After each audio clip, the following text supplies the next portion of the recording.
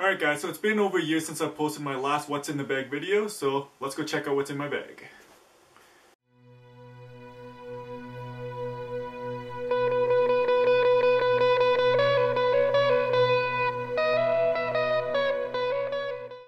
Alright, so as you can see, I'm still rocking the Click Gear 3.5 Plus push cart and the Sun Mountain C130 cart bag, and if you're looking for either of those, I'd highly recommend them. I did switch my driver from the Titleist 913 D2 over to the Ping G30.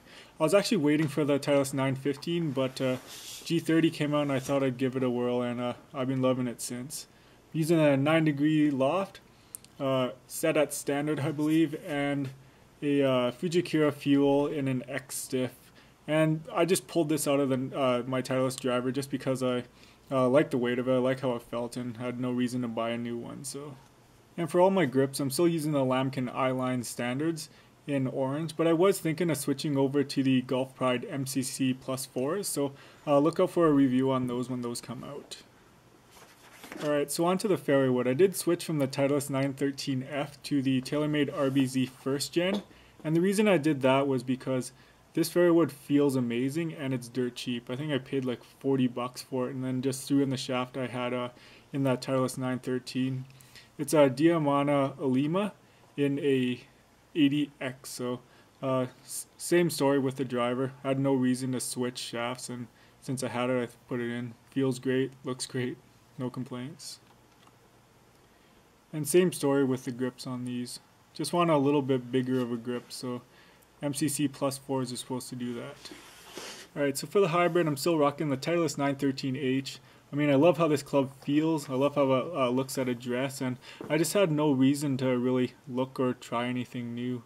And I'm using this in the B1 setting, and that's a standard loft and a little bit open of a face, just because that's how I like the club at address. I'm using the KBS C-Taper in an X-Flex in the 130 grams, and I mean, I just like having a really heavy club, so and this does that for me. And still using those eye lines. So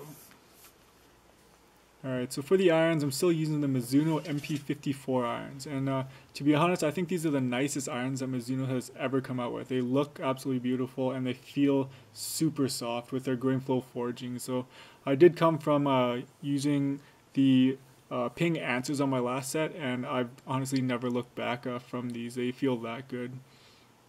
And for those of you wondering, these clubs are actually fairly forgiving. They're not super small and they're not big or even mid-size. I said they're somewhere in between the small to mid-size head, but I mean, miss hits are awesome with these things, and I'd highly recommend at least trying a set if you can still find any. For wedges, I'm still using the Mizuno MPT4s in a 50, 54, and 58. And again, I have really no reason to switch wedges. They work well and they feel great. So. And with these clubs, I actually went without the DG spinners that they usually come with and went with the KBS Tours. The reason I did that was because I was getting the same numbers with both of them, and the DG spinners to me look like they're going to snap when I swing them. So it was just really a visual thing since they perform the same. Alright, so onto the putter. I'm still using the Scotty Cameron Golo 5. It's just kind of stuck here, but honestly I love how this putter feels and how it looks, so I just haven't really had any reason to look or want to try anything else. I got this head cover made by Delilah over at girlygolfer.com, so if you want anything from her, check her out. She does awesome work, and a couple of my friends here actually got head covers made this winter, so if I haven't showed them already, I'll definitely show them in the summer when we play. One thing I actually really like about these head covers, you can actually order them with a magnetic strip to hold it shut, and honestly it's really convenient and it just makes the head cover feel that more premium. So yeah, they're made in the USA, and honestly can't complain. Definitely check her out. So I know a lot of you guys have been wondering on my paint fill videos that I've done on my putters or on my friends' putters, is how long does that paint hold up for? And I painted this putter on September 18th of 2013, and to be perfectly honest, it looks brand new. I do take care of my putters and I do clean them after pretty much every round, but as you can see, there's not even any grass stains or anything on it. So if you guys have been thinking about painting your putters, but we're just afraid, you know, the paint would flake off or look ugly or whatever, you should definitely give it a try. It you know, gives your putter a nice facelift, and it looks really good in my opinion. And I'll post a link of the video in the video somewhere at the bottom here. So I did switch from the Superstroke Flat So Midsize grip to the Superstroke Flat So Ultra, and this one's just a little bit smaller, and I absolutely love how this one feels, and honestly the entire Flat So lineup. It just makes me so much more aware of where the club face is, just because of the large flat area at the top. And I mean, Superstroke grips have kind of always been out there as far as being, you know, different from everybody else, but you know, the flat area at the top really does help you, and really does help you know where your club face is. And honestly, I feel like I've taken strokes off. Whether or not that's true or not is a different story, but I definitely have a lot more confidence putting with these flat grips. As far as stuff that's not always in my bag, I have these Tailor-Made alignment sticks, and I put them in my bag whenever I go to the range, just to give me something to aim at, and so I'm not just at the range aimlessly hitting golf balls. And they're fairly inexpensive too. I mean, if you don't have any, I mean, just lay a club on the ground, but it's nice because you can shove this into the grass. I also have this really heavy swing trainer, and all it is a 7-iron with a solid steel shaft in it. And honestly, it's pretty heavy. It probably weighs the equivalent of like 4 or 5 normal clubs. And I just use this club, you know, when I'm cold and just, you know, warming up my swing and stuff like that. So don't always bring it, but it is a nice little thing. I also have a 3-iron that rarely ever sees the course. I just hit my 2 hybrid and my 4-iron a lot better.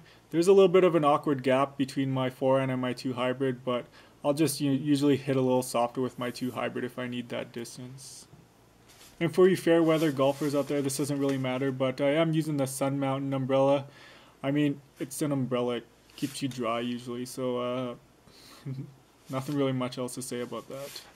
So on to all the random stuff that's on and in my bag. I'm using the Frogger club cleaner, whatever you want to call it.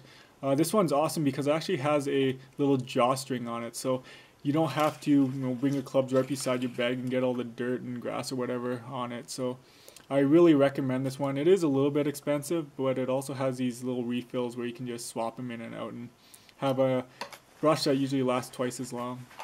Usually I'd say a towel is a towel, but this Goose Golf towel is honestly amazing. It stays dry on the outside, and before every round I usually dump a bunch of water on the inside so I can wipe down my clubs and whatnot. And on the other side I just have a standard microfiber towel. Alright, so into the actual bag. On the outside pouch, I mean, usually I don't really keep anything, but on the side one here I usually keep a bunch of random stuff like punch card for free rounds once you play X amount of rounds. I also have a club cleaner. It's just one that I can shove in my pocket when I'm not beside my bag. I also have some tape just in case I get a blister or something like that. Allergy medicines. Honestly, it's probably the worst playing when you're sneezing and all that. Some chapstick, another club cleaner, and just a bunch of divot repair tools. I actually don't even know why I have so many in my bag because I actually don't use any of these. I use a Scotty Cameron one, but they're just from courses that I've been to. So I got one from Sandpiper Golf, one from Callaway, one from Raven Crest Golf, and I actually have a bunch from the Royal Mayfair because I used to work there, but awesome course by the way. The LPGA actually came here a year or two ago, and I actually have a little bit of footage on my channel if you want to check that out. On to the other side, I just have a Ping torque wrench. Honestly, I don't think I've ever used it. I have so many other ones lying around the house, but it's in there just in case. And then in the next side pocket, I just have a little bit of money. Not really that much right now. I have like $3.50 or $3.25 or whatever that was. And I always carry rain gear with me because honestly it's the worst thing to get stuck out in the rain and have to play without any rain gear. So just have a jacket and some pants, and they pretty much stay in there until I have to use them. In this pocket I just have my rangefinder in there, nothing else. I mean, pretty basic stuff. I'm still using the Bushnell V2.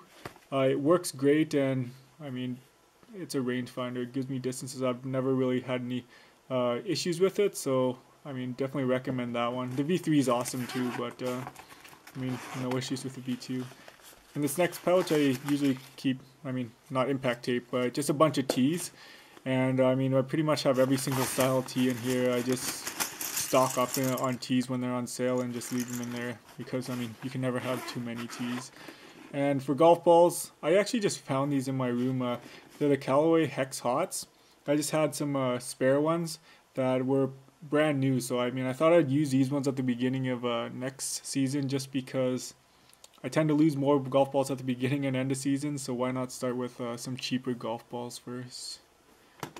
Alright, and that's it. That's everything in my bag, on my bag, you know, that's my bag. So if you like what you saw, let me know in the comments. If you didn't like what you saw, let me know what I could do on my next video.